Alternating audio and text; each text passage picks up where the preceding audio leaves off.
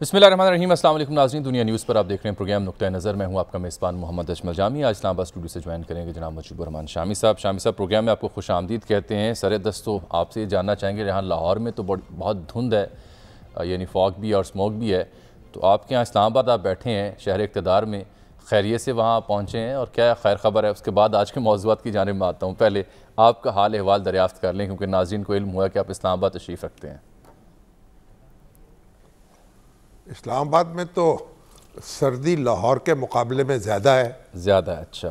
यहाँ एक bill that ने UNDP के ताउन से एक जो इलेक्टोरल लॉज हैं, इंतखाबी कवानीन, उनके बारे में एक तमाम सियासी जमातों को मदऊ कर रखा था। कुछ हमारे मीडिया के दोस्त भी थे, तो उस पर मुशावरत होती रही और कई घंटे इजलास जारी रहा। तो क्या इंतखाबी कवानीन क्या हैं इस वक्त, उनमें कौन सी तब्दीलियों की ज़रूरत है, ठीक, और किस तरीके से इत्तफाक होना चाहिए, इस पर बहस होती रही। तो दिन भर उसी में मसरूफ़ रहे, चले, और बाहर निकल कर नहीं देखा कि क्या हो रहा है। मेरे ख्याल वही हो रहा होगा जो होता रहा है, वही होता रहता है, जो होता रहेगा। ठीक। अच्छा शामी साहब, आज के हमारे मौज़ूआत में एक तो कल कोई इंटरव्यू हमने चलाया प्रोफेसर जनवेद साहब का फॉलोअप ढाका के ऊपर, उनकी जो तहकीक है उस पर मबनी, तो लिहाजा कल हम मुल्की सियासत से जुड़ी जो ताज़ा खबरें थी वो प्रोग्राम का हिस्सा नहीं बना सके थे। तो पाकिस्तान मुस्लिम लीग नून और उनकी सियासत, उनका बयानिया और उनके नए वज़ीर आज़म के उम्मीदवार कौन होंगे, ये मौजू ज़ेर बहस रहा है गुज़रे 2-4 दिनों में। क्योंकि शाहिद खाकान अब्बासी साहब ने अपने एक हालिया इंटरव्यू में कहा कि जब इलेक्शन जब भी होंगे हमारे वज़ीर आज़म के उम्मीदवार शहबाज शरीफ साहब होंगे। वो कहते हैं कि ये अमूमन यही होता है कि जो पार्टी का सदर होता है वज़ीर आज़म बनता है, लेकिन ज़ुबैर उमर साहब जो हैं वो फरमाते हैं कि अभी तक किसी को नामज़द करने को फ़ैसला नहीं हुआ, जब वक्त आएगा तो ये फ़ैसला पार्लिमानी पार्टी और क़यादत करेगी। तो शाहिद खाकान अब्बासी साहब को ये बयान अभी देने की क्या ज़रूरत महसूस हुई? इंतखाब की तो आमद नहीं है, और अगर बयान दे दिया है तो कैसे ये मुराद ली जाए कि नून लीग ने तय कर लिया है, ये वाकई फ़ैसला हो गया है? आपकी दानिश क्या कहती है? देखिए, मेरी कोई शाहिद खाकान अब्बासी साहब से इस मामले में बातचीत तो नहीं हुई कि उन्होंने ये बयान किस तनाजुर में दिया है, उनके सामने क्या था। लेकिन आपको याद होगा कि कुछ अर्सा पहले इस पर गुफ्तगू करते हुए हमने अपने प्रोग्राम में ये तजवीज़ पेश की थी कि मुस्लिम लीग नून को अपने आइंदा वज़ीर आज़म के हवाले से एक वाज़े ऐलान करना चाहिए। देखिए, इस वक्त नवाज शरीफ साहब तो बैरून मुल्क हैं और फिर अपने मुकदमे जहाँ लड़ रहे हैं उनको एहतसाब अदालत की तरफ से उनके ख़िलाफ़ कार्रवाई हो चुकी है, और इस वक्त इलेक्शन लड़ने की पोजीशन में नहीं है। तो आइंदा इंतखाबात में भी अगर अदालत उनकी अपील मंजूर नहीं करती तो वही सूरत होगी जो गुज़श्ता इंतखाबात में थी, यानी नवाज शरीफ साहब इंतखाब में हिस्सा नहीं ले सके थे। सही। और हमारी जो मोहतरमा मरियम नवाज शरीफ हैं, जो कि इस वक्त नवाज शरीफ साहब की नुमाइंदगी करती हैं और मुस्लिम लीग नून के जो वोटर्स हैं उनमें उनकी बड़ी पजीराई है, और जाहिर है कि अपनी मकबूलियत के एतबार से उनको कहा जा सकता है कि वो सर फहरिस्त हैं। लेकिन उनके ख़िलाफ़ भी एक फ़ैसला आ चुका है, वो भी इंतखाब लड़ने की पोजीशन में नहीं है। बिल्कुल बिल्कुल। तो जब वो इंतखाब नहीं लड़ सकती तो फिर उनका नाम जो है, अगर कोई लोग लेना चाहते हैं कि उनको वज़ीर आज़म बनाया जाएगा तो ये क़ब्ल अज़ वक्त है। तो उस कन्फ्यूजन को दूर किया है शाहिद खाकान अब्बासी साहब ने, और वो शाहिद खाकान अब्बासी जो हैं कोई ऐसे यानी ऐसी राह चलते बात नहीं करते, उसके पीछे कुछ न कुछ मामला ऐसी मंतक मौजूद होती है। तो मेरा ख्याल है कि ये काम राय शामी साहब यही है जिस जानिब आप इशारा फरमा रहे हैं, आप जो बात कर रहे हैं इसी तरफ काम राय ये भी उभरी इस बयान के बाद कि नवाज शरीफ साहब इस वक्त का इंतखाब क्यों किया गया और बयान क्यों दिया उन्होंने। जी, बात जारी रखिए। उनको ये बात कही गई होगी कि वो ज़रा क्लियर कर दे इसको, ताकि देखिए अभी बहुत से लोग कोशिश कर रहे हैं कि मुस्लिम लीग नून में दरारें पड़े हैं, कुछ तज्ज़िये हो रहे हैं, कोई कुछ पे तनकीद कर रहा है, कोई किसी पे कर रहा है। तो उन्होंने एक सूरत हाल को वाज़े कर दिया कि जो शहबाज शरीफ साहब हैं वो इस वक्त मुस्लिम लीग के सदर हैं और वही कैंडिडेट होंगे अगर उनकी क़यादत में मुस्लिम लीग कैंपेन चलाएगी, इलेक्शन लड़ेगी, तो वज़ारत उज़्मा की जिम्मेदारी भी वही संभालेंगे। मेरा ख्याल ये एक फितरी बात है, इसमें कोई मैं नहीं समझता कि कोई दाखिली को खलफशार है। ज़ुबैर उमर साहब ने जो इसकी तौजीह की है, उनको ज़रूरत नहीं थी इस तौजीह को में पढ़ने की। वो अपना उनकी अपनी एक दुनिया है। वो मुस्लिम लीग नून में अगरचे बड़े एक मुअस्सर शख्स हैं और उनकी अपनी शख्सियत भी जो है बड़ी जिम्मेदारी की समझी जाती है, लेकिन शामिल साहब ये फरमाइए के मैदान में नए हैं। शामिल साहब ये फरमाइए कि ये जो आप प्रोग्राम में भी आपने बारहा इस बारे में बात की है बड़ी वाज़ेह तौर पर, और ये जो ऐलान उसके ऊपर भी आपने तबसरा पेश किया, ये क्या वजह बनी है कि 2-3 बरस तो हो चुके हैं जब चीज़ें वाज़ेह हो गई कि नवाज शरीफ साहब का सियासी स्टेटस अब क्या है, इलेक्शन नहीं लड़ सकते, मरियम साहबा का भी मामला मालूम हो गया, तो क्या वजह बनी जो 3 बरस मुसलसल नून लीग वाज़ेह तौर पर ये ऐलान नहीं कर सकी, और अभी भी अगर वाज़ेह ऐलान है तो शाहिद खाकान अब्बासी साहब की जानिब से ही है, क्या वजह बनी होगी? नहीं, असल में देखिए, जो मुख्तलिफ सियासी जमातें जो हैं वो अपने अपने तरीक़े से सोचती हैं। ये मौका नहीं समझा गया होगा कि इसका कोई ऐलान किया जाए, और ये भी होगा कि अभी अदालतों में मुकदमे चल रहे हैं, उनका फ़ैसला आने दें। लेकिन अब जो सूरत हाल बन रही है और नया इंतखाब जो है उसकी घड़ियाँ जो है करीब आती जा रही हैं, एक वक्त तेज़ी से गुजर रहा है, तो ये बात मुनासिब समझी गई कि दूर व नज़दीक ये ख़बर हो जाए कि भाई शहबाज शरीफ साहब जो हैं वो आइंदा जिम्मेदारी संभालेंगे अगर मुस्लिम लीग नून को अक्सरियत मिलती है। तो ये इससे मेरा ख्याल है कि बहुत सा कन्फ्यूजन दूर होगा और रास्ता भी कुछ साफ होगा। तो आपने देखा नहीं कि मुस्लिम लीग नून के जो मुखालिफ हैं, ख़ासतौर पर जो हुकूमती हल्के हैं, अब वो शहबाज शरीफ साहब पर दबाव बढ़ा रहे हैं। उनके खिलाफ एक FIA ने भी रेफरेंस दायर किया है, 100 से ज़ायद नामज़द गवाहान जो हैं उनके खिलाफ भी कोई फैसला आ जाए, कोई अदालत, ताकि वो भी डिस्क्वालीफाई हो जाए। ये कोशिश की जाएगी इसकी। तो फिर अगर मुस्लिम लीग नून को काफ़ी नुकसान पहुंच सकता है इस सूरत में। लेकिन बहरहाल इस वक्त जो भी सूरत हाल है उसमें शहबाज शरीफ साहब जो हैं सबसे मौजू उम्मीदवार हैं। उनका एक इंतज़ामी मामलात का भी अपना एक तजर्बा है, एक साख भी है, वो कुछ करके दिखा भी सकते हैं, कुछ करने की आरज़ू भी रखते हैं। तो उनका अपना एक दूर नज़दीक तमाम अदारों में उनका एक एहतराम भी है और उनका एतबार भी है, और समझा जाता है कि वो एक तेज़ रफ्तारी से ऐसे इक़दाम कर सकते हैं जिनमें हालात को संभाला जा सके।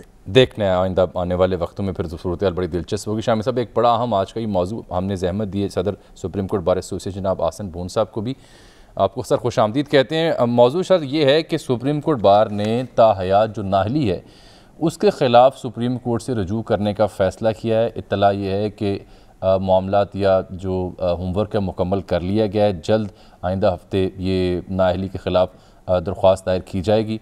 यही नहीं बल्कि सुप्रीम कोर्ट बार ने जो नैब तरमीमी ऑर्डिनेंस है 2021 उसको भी कई एक बुनियादों पर चैलेंज करने का फ़ैसला किया है। इस सूरत हाल में फिर ऑडियो वीडियो की जो चीज़ें सामने आ रही हैं वो भी ज़ेर बहस आती हैं। लेकिन ये जो शाम साहब ताहयात नाअहली है उसके ख़िलाफ़ सुप्रीम कोर्ट बार ये अगर जारी है सुप्रीम कोर्ट के रूबरू, तो इससे क्या मुराद ली जाए, क्या पैगाम मिलता है और ये किस कदर अहमियत का हामिल ये फ़ैसला हो सकता है?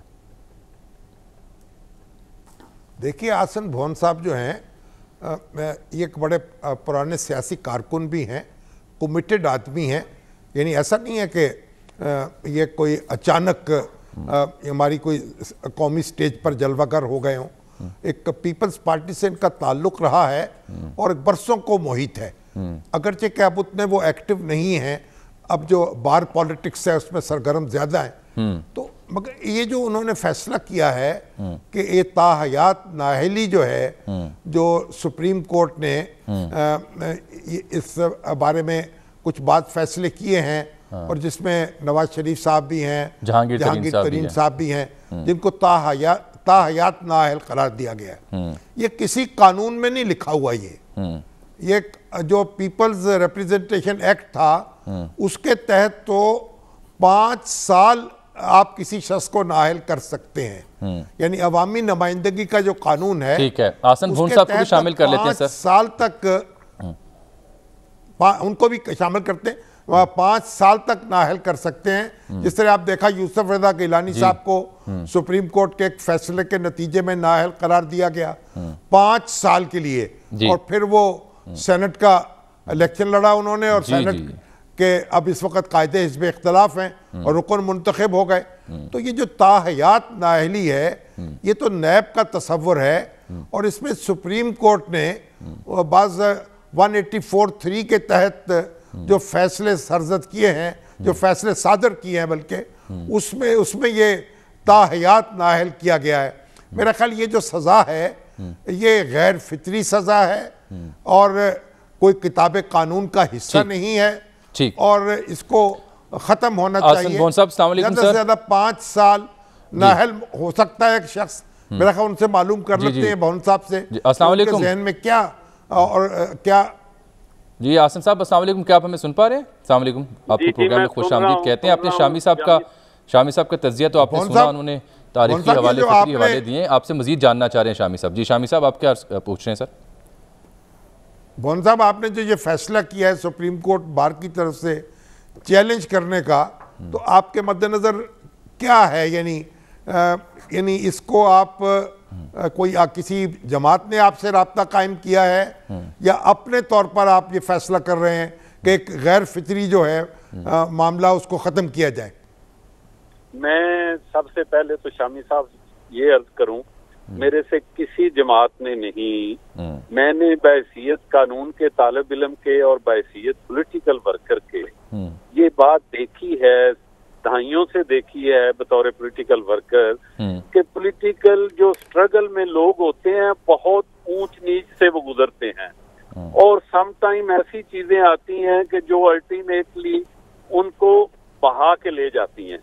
और इस तरह पर्टिकुलरली जो मौजूदा सिनारियों में जैसे ये केसेस आए, तो ये लोगों के सामने शायद सिर्फ बात ये है कि मियां नवाज शरीफ साहब और जहांगीर तरीन साहब, चूंकि दोनों स्टालवार्ड थे, दो मुख्तलिफ पार्टीज के इस हवाले से, फिर कि अगर आप नीचे जाके देखें तो मैं आपको एटलीस्ट 100 के करीब मिनिमम साबिक पार्लियामेंटेरियन ये गिनवा सकता हूं कि जो इससे नाअहल हुए हैं इस इन जजमेंट से।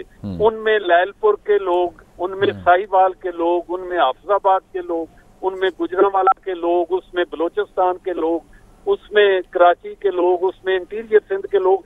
आप मुझे कहेंगे तो मैं नाम भी ले दूंगा। बिल्कुल।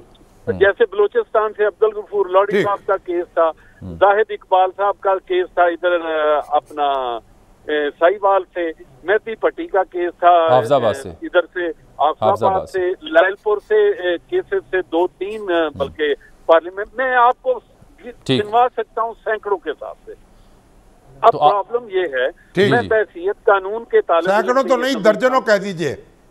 जी दर्जनों कह लें, दर्जनों कह लें, बिल्कुल दर्जनों कह लें। चलो मैं ये कहता हूँ कि खुदा की जात भी तौबा का दरवाजा बंद नहीं करती। किसी कानून में स्पेसिफाइड सजा के अलावा कहीं नहीं कि ये देखें कि जी आपने नैब के बाद कवानीन में 10 साल की सजा है नाअहली की, कन्विक्शन आप अदलिया के हवाले से कोई तौहीन अदालत करें, किसी जज को बुरा भला कह दे तो 5 साल सजा है, 5 साल सजा गुजारने के बाद आप इलेक्शन लड़ रहे हैं सकते हैं, फौज के खिलाफ आप बात कर सकते हैं तो 5 साल के खिलाफ आप लड़ कर सकते हैं। ये प्रोविजन इसमें मुकामी बिल्कुल एक्सप्रेस कोई प्रोविजन, कोई टाइम लिमिट नहीं है। ये इंटरप्रिटेशन कर दी 1-2 जजमेंट्स में जो सुप्रीम कोर्ट ने दी, वो भी उन केसेस में स्ट्रेट पे एक समी बलोच वाला केस था, उसी एनालॉजी पे मियां नवाज शरीफ, उसी एनालॉजी पे जहांगीर तरीन। मैं ये समझता हूँ कि ये सुप्रीम कोर्ट का जजमेंट मेड लॉ जो है ये किसी भी एक्सप्रेस प्रोविजन ऑफ लॉ के मुनाफी नहीं होना चाहिए।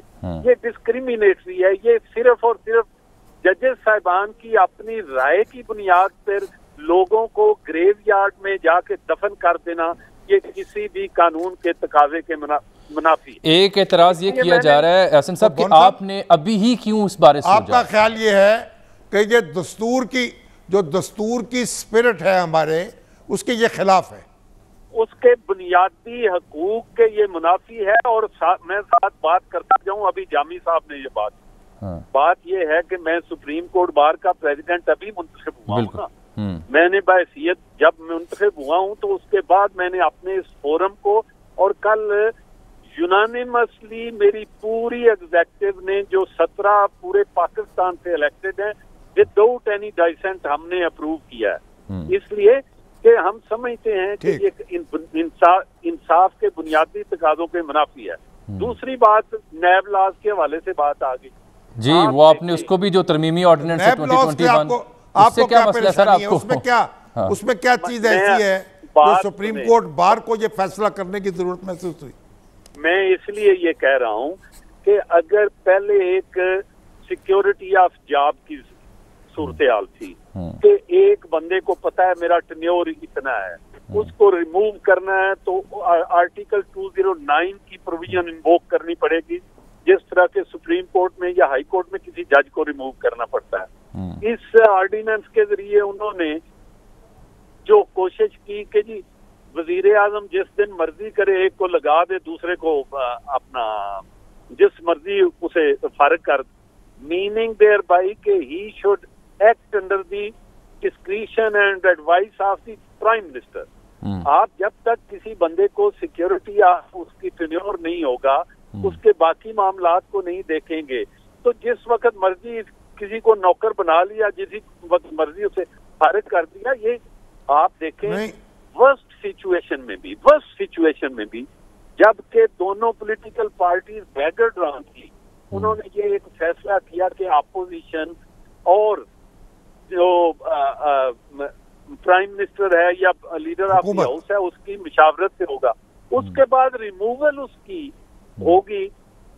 हाल दो के आज भी बड़े तफजात हैं लोगों को, ये क्या हो रहा है, कैसे नैब चल रहा है, इस पे बाद में करेंगे, ये और एक लंबी चौड़ी बहस है।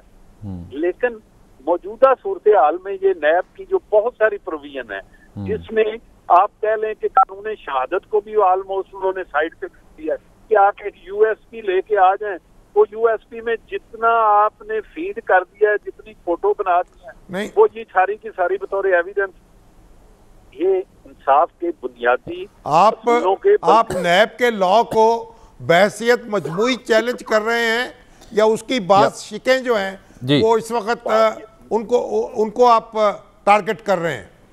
ये एक तो हम ये जो ऑर्डिनेंस के लिए बार बार ये सारी तब्दीलियां इसको डिस्करेज करना चाहते हैं, और हमेशा कोर्ट्स ने डिस्करेज किया है कि जब आपके पास असेंबली यानी जो मौजूदा हुकूमत ने तरमीम की है उसको चैलेंज कर रहे हैं आप? जी, ये नैब तरमीमी ऑर्डिनेंस 2021 की बात कर रहे हैं सर। मैं उसी को, हम उसको पूरे को मगर देखिए, ये तो जो नैब का कानून है वो तो हमारे फंडामेंटल राइट्स के खिलाफ है। नैब के कानून में तो बहुत कुछ ऐसा है और सुप्रीम कोर्ट उस पर ठप्पा भी लगा चुकी है, तो अब आप उसको नए सिरे से चैलेंज नहीं करना चाहिए आपको पूरे कानून को?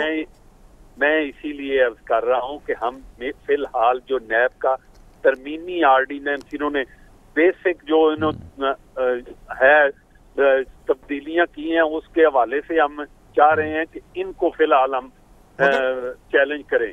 उसके अलावा ये जो रिमूवल है, नैब के चेयरमैन की रिमूवल का मामला है, वो हुकूमत ने वापस नहीं ले ली तरमीम अपनी? मेरी बात सुने, उसमें और बहुत सारी चीजें हैं, मैं आपको तफसील से बताना चाहूँ। जैसे मैंने आपको अर्ज किया, शामी साहब के एक वो कहते हैं कि जितनी इलेक्ट्रॉनिक डिवाइस पे हम एक यूएसबी लेके देंगे वो आपको शामिल कर देंगे, वो सारी की सारी शहादत उसी पर, किसी गवाह की जरूरत नहीं, किसी अदरवाइज।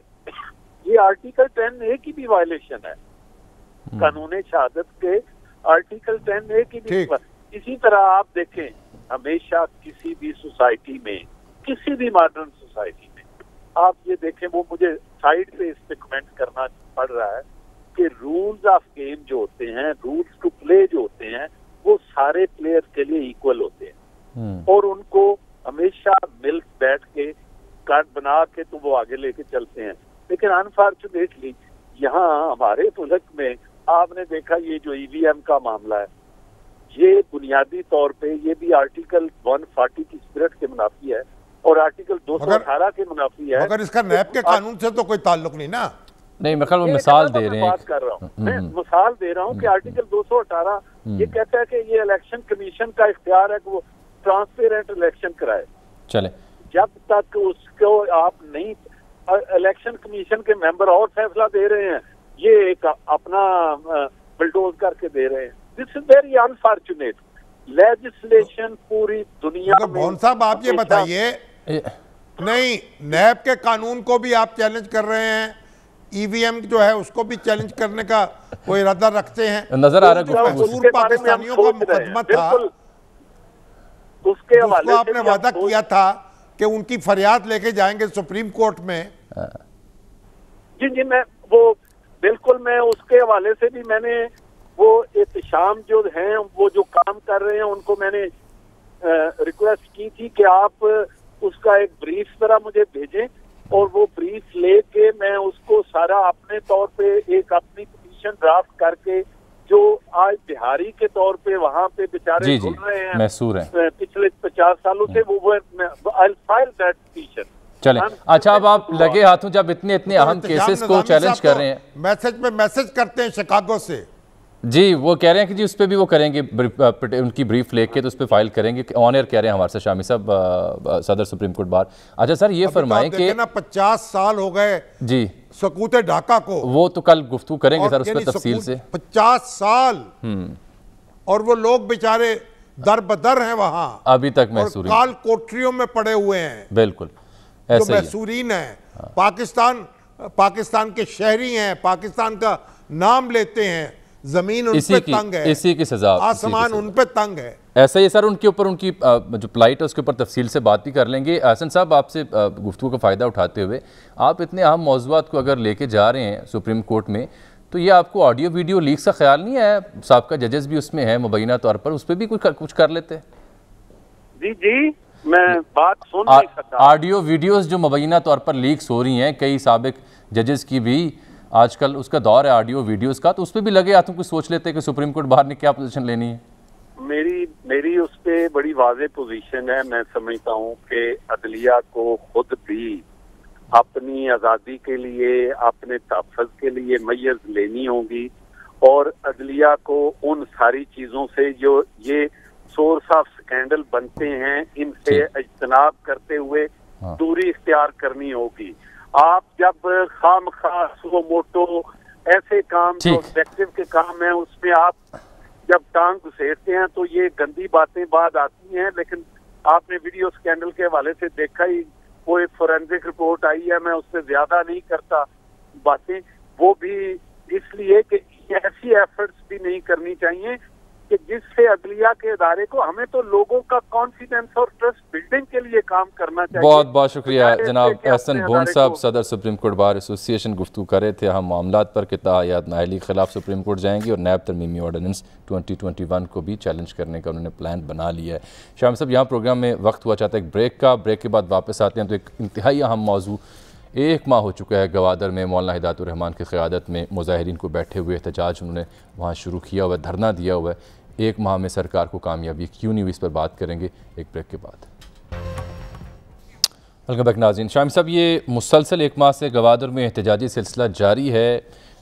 सूबाई वज़रा के बाद अब इत्तला है कि वफाकी वज़रा भी कल ज़ुबैदा जलाल साहब, असद उमर साहब पहुँचेंगे गवादर में। मौलाना हिदायतुर रहमान बड़ी इस्तकामत के साथ वहाँ डटे खड़े हैं। ख़वातीन की बड़ी तादाद हम आए दिन देख रहे हैं, गलियों मोहल्लों में नज़र आ रहा है। ये एहतजाज पाकिस्तान समेत दुनिया भर की तवज्जो का मरकज़ बना हुआ है।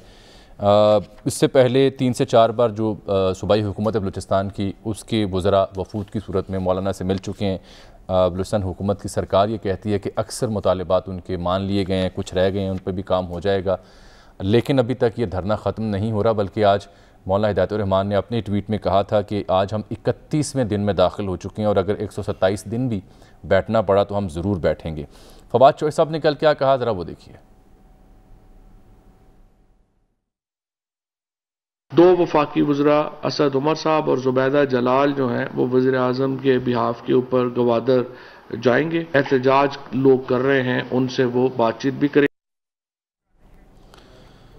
शम्स साहब, आज इत्तला मिली कि वज़ीर आला बलूचिस्तान भी गवादर गए हैं, लेकिन अभी तक क्या तय पाया मालूम नहीं।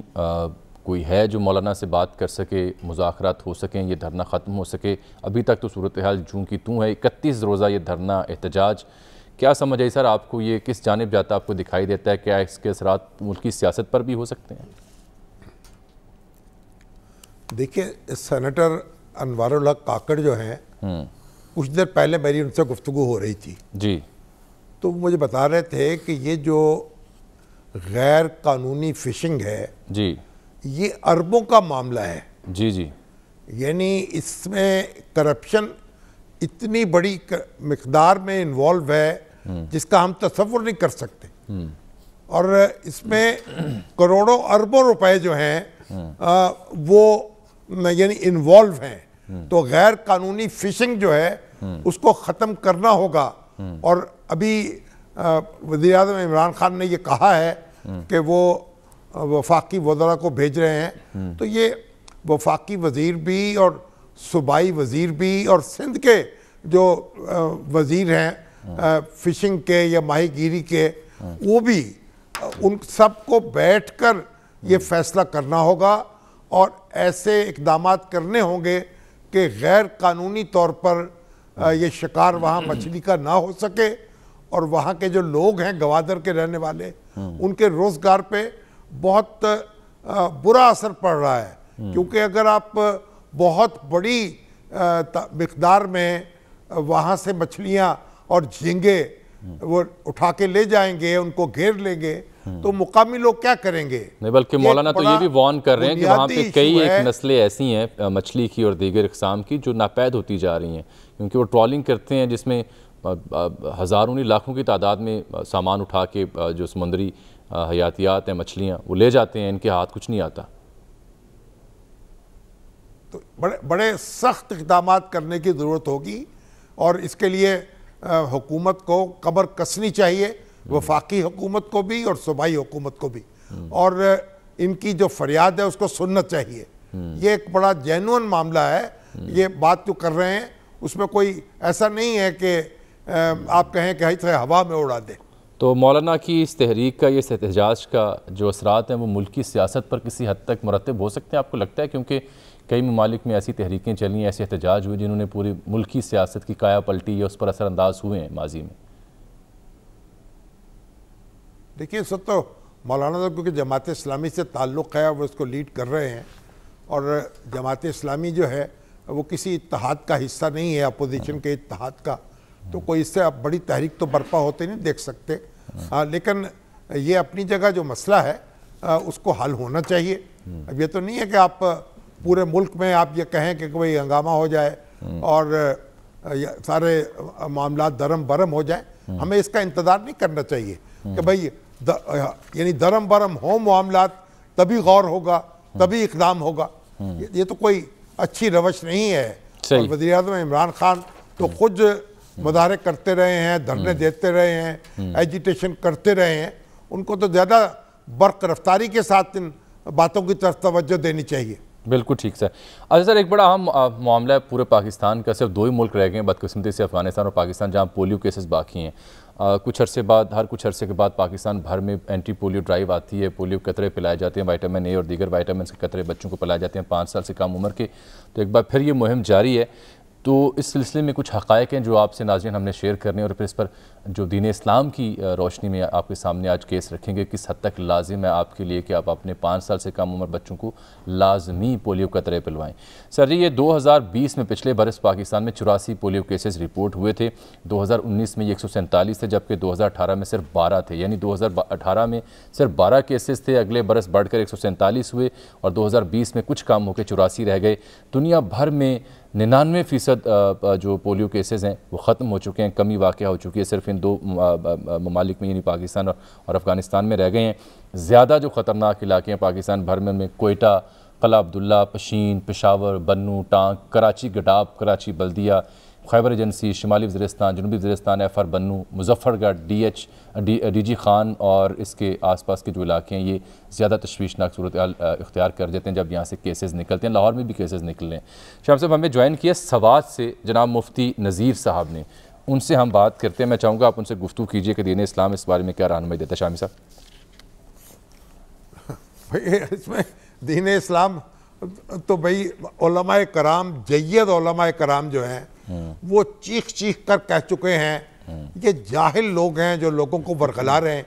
जिस घर में एक पोलियो का मरीज हो जाए वो बेचारा बरसों उसको सोबत उठानी पड़ती है, यानी अपाहज हो जाता है बच्चा, चलने के काबिल ना, सारी उम्र की माजूरी ना अपने मामलात को देखने के काबिल। तो यानी अगर आप अपने आप को इस मुब्तला करना चाहते हैं इस मुश्किल में और इस उलझन में, तो फिर आपके लिए तो दुआई की जा सकती है। तो उलमाए कराम कौन सा आलिम दीन है जिसने ना कहा हो भाई ये पोलियो के कचरे पियो, अपनी नस्लों को बचाओ, उनकी हिफाजत करो, मगर फिर जहालत जो है वो कहीं ना कहीं से सर उठा लेती है। मुफ्ती नज़ीर साहब यही बात जो शामी साहब कर रहे हैं, बार बार कहा भी जाता है, लेकिन फिर देखें पोलियो टीम्स पर अटैक भी होते हैं, कतरे नहीं पिलवाने, ये अफवाहें भी गर्दिश में आती हैं। क्या कहेंगे आप सर आज? शामी साहब ने तो पूरी बात कह दी। मेरे लिए शामी साहब बहुत ज्यादा काबिल एहतराम है। हमारी हदीस की किताबों में ना एक किताब है बाकायदा मुस्तकिल, किताब-उत-तिब जी, ठीक है। तो जिस तरह खाना, भूख के वक्त खाना खाना है, प्यास के वक्त पानी पीना है, तो बीमारी के वक्त इलाज करना है। अब किस बीमारी का क्या इलाज है ये तय कोई आलिम दीन थोड़ी करेगा। बिल्कुल ठीक। ये इंजीनियर नहीं करेगा, ये कोई साइंसदान नहीं करेगा, ये एक माहिर डॉक्टर करेगा। यानी इस मसले में जो अथॉरिटी है ना, न मैं हूँ न शामी साहब हैं, बल्कि इस लाइन के जो एक्सपर्ट डॉक्टर हैं वो जो हमें कहेंगे वो हमारे लिए फतवे का दर्जा रखता है। जैसे हम हर लाइन में उसके माहिरीन को फॉलो करते हैं, कंस्ट्रक्शन की लाइन हो तो इंजीनियर को फॉलो करते हैं, तो दीनी मसला हो तो मुफ्तियान किराम को फॉलो करते हैं। इसी तरह जब ये इलाज मुआलजे का मसला हो, जब डॉक्टर माहिरीन कह रहे हैं कि ये बीमारी है और हकीकत है, अब इसका इलाज क्या होना चाहिए, तो इलाज भी तो यही हमारे माहिर डॉक्टर बताएंगे। और ये जो असल फॉलो करते हैं ना, फॉलो असल में दीन हमें ये कहता है कि हमारा हर काम गुमान या वसवसे की बुनियाद पे नहीं बल्कि इल्म की बुनियाद पे होनी चाहिए। और इल्म के जरिए काम तभी होगा जब उस लाइन के माहिरीन को हम फॉलो करेंगे। अब अगर मेडिकल लाइन में आप मेरे फतवे को फॉलो, जब उम्मत मेरे फतवे को फॉलो करेगी तो ये तो जहालत होगी ना, और आज उसी का इजहार है। तो ये बहरहाल हमारे उलमाए किराम के इस पे फतावे आ चुके हैं, और ये जब एक बीमारी है और इसका जो इलाज है तो हम अपने बच्चों को तो बाकायदा पिलाते हैं। बाकी ये एक मसला जरूर है कि मुसीबत है कि हमारा जो मीडिया कभी भी इस तरह का कोई जुज़वी केस आता है तो उसको इतना उछाल दिया जाता है कि फिर इस तरह का जहन रखने वाले लोग जो है ना, जो मिस यूज करते हैं हर चीज को, वो फिर खड़े होते हैं और इस तरह जो उनका प्रोपेगेंडा मुहिम शुरू हो जाता है। चले आप भी यानी मीडिया की इस्लाह पे आप भी मीडिया की इस्लाह का नुक्ता उठा रहे हैं। अगर वो केस हम ना उठाएं तो इल्म कैसे होगा कि कहाँ क्या हो रहा है और कैसे इसका तदारुक किया जाए, और फिर आपको हम कैसे दावत देंगे कि आइए इस अफवाह के बारे में बात कीजिए। बहरहाल आपके कीमती वक्त और आपकी उम्दा राय का बहुत शुक्रिया मुफ्ती साहब, आपने सवाल से हमें ज्वाइन किया है। उम्मीद है आपकी बात को पूरे पाकिस्तानी शहरी ध्यान से सुनेंगे और यकीनी बनाएंगे कि 5 साल से कम उम्र के बच्चों को हर हाल में पोलियो बचाना है, क्योंकि पोलियो की हार में ही पाकिस्तान की जीत है। शाम साहब, यहाँ प्रोग्राम में वक्त हुआ चाहता है एक छोटी सी ब्रेक का। नाज़रीन, इसके साथ ही आज के प्रोग्राम का वक्त यहाँ ख़त्म हुआ चाहता है। आपसे मुलाकात कल, तब तक लिए इजाज़त, अल्लाह हाफ़िज़।